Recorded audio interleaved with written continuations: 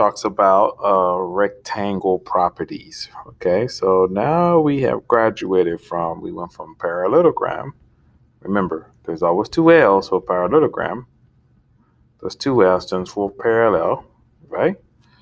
Now we are going to move on to rectangle. All right, let's discuss the rectangle. So what's, how many did you count? Uno, dos, tres, cuatro. I counted four. Right angles. Right angles 90 degrees. Check. Let's move to second property. The second property says diagonals are congruent. What is diagonals? Diagonals is a corner. It's a line that goes from one corner to another corner. From one corner of the rectangle to another corner. Those are diagonals.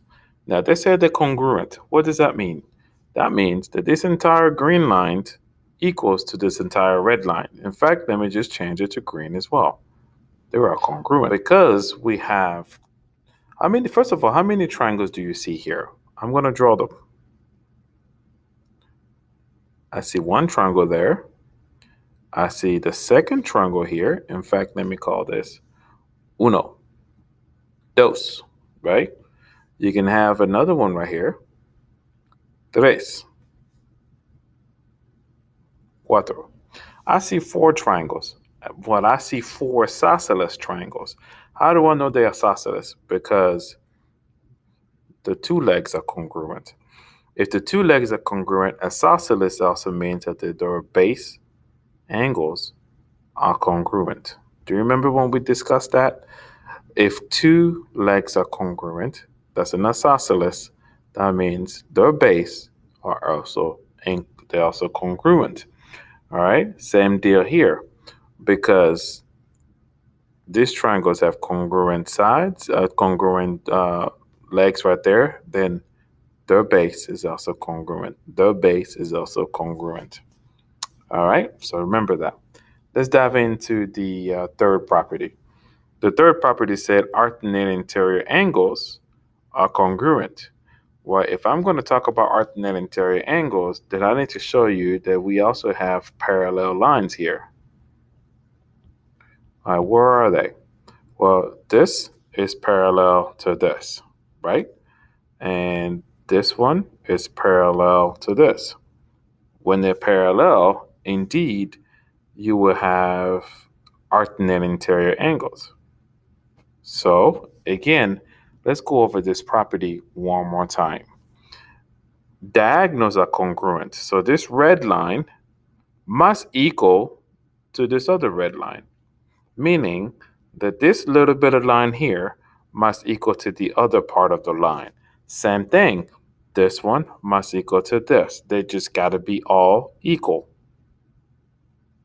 All right, now what else? I was able to show you, because this triangle right here is an isosceles triangle, therefore these bases are congruent. The bases are congruent. But now I'm going to go farther and show you that this will have to be congruent with this, because we have parallel lines. We have a parallel line going this way. Therefore, this angle right here is congruent to this angle right here. And we call that alternating interior angles. Same thing. This angle right here, which one? I can also show you in this aspect. So let me just show you that this angle right here would also be congruent to this angle right here. All right. So let's go furthermore. Let's show you in this angle from here. This is also parallel to this one. If they are parallel, then what I'm saying is, I'm running out of colors, but that'll be okay. This angle must be congruent to this angle, right? And this angle must be congruent to this angle. Do you see how that works? All right. So with that saying, here's the misconception that people always say. I'm like, no, doesn't make sense. We always say that people think that this diagonal line will bisect your right angle. No, it does not bisect your right angle. What does that even mean? So let's erase some things here because I have a lot of stuff all over this place. Erase, erase, erase, erase, erase. Now, when I say it does not bisect your right angle, because I remember how many right angles do we have? I'll let you think. We have four of them. Uno, dos, tres, cuatro. Now, when you draw your diagonals, they do not bisect. We don't know. Like it does not bisect your right angle. You cannot say, hey, that's a 90. Cut that in half. Hey, Mr. I think I know the answer. That got to be 45. That got to be 45. No, we don't know that. For sure, we know it does not bisect. So don't do that. It doesn't bisect. Okay? All right, that's one thing. Oh, the second thing I forgot to mention is the vertical angles. So here's my second diagonal that goes right here. Then you do have vertical angles. One right here. Vertical angles are angles that are facing one another. Here's another one. And those vertical angles are congruent. That's what it says right here. Then you also can look at it from this perspective right here. This angle would also be congruent to this angle based on the vertical angle theorem. All right, let's proceed. Let's dive into some more examples. With example 1 over here, they want you to find the measure of each number. Notice this is label 4, this is label 3, this is label 2, this is label 1. They want me to find all of this by them giving me 48. Okay. Well, I'm not going to panic because I'm able to do all of this because I am in a great geometry class and I have amazing teachers and I got this. Or how are we going to find angle 3? Well, I randomly wanted to start with 3 because I was looking for what's closest to 3. Well, if you really look, this is a line. In the line, if I add up two angles in the line, they're a linear pair. So I can take the 48, take that away from 180. That should give me what 3 is. Let's do the math. So 180 minus 48.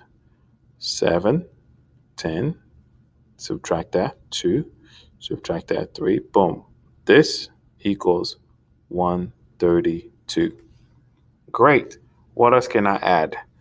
So I can add, in fact, let me just say that, let's go ahead and add some things. I know that vertical angles are congruent. So right here, it needs to be 48 degrees. Right above here, it needs to be 132 degrees. I'm doing good so far. What else can I do? Well, you just kind of have to think about it. You see how I'm talking to myself about this? Like I'm literally doing this for the very first time. So you just have to have conversation with yourself about this. You learn the diagonals in the rectangles are congruent. That's what I drew them in purple because they equal the same stuff. So what does that mean when they're congruent? It just means that this is congruent to this and this is congruent to this. All right. What's going to help me? Well, so far you also know that because there are isosceles triangle here, you have 4 isosceles triangle, the base got to equal to each other. All right, so let me redraw this triangle right here. So here's what I'm going to do, ladies and gentlemen. I'm going to move this so that I can, or maybe I might just zoom so we can have more room. Okay, zoom a little bit more. All right, here we go. So here's what I would do. I'm going to take that triangle and I'm going to redraw right here. And I'm going to use red. And I know for sure this is 132 and there are isosceles and I need to find these angles. In a triangle, 3 angles adds up to 180. But I already know I have 132, one of them is 132. So I'm going to subtract it by 132, see what I get. So if I do 7 here, 10, I get 8, I get 4, I get 48. Now, but there's two angles, angle 1 and angle 2. And they equal to one another. Because they are equal to one another, I can just divide this by 2. I get 24. So this is 24 degrees. This is 24 degrees as well. All right. What else can I do to get angle? Oh, yeah, to get angle 4. Now, to get angle 4, remember when I said that this is parallel to this because it's just the properties? If this is 24, then 4 should also be 24 because of alternating interior angles. So if that's 24, then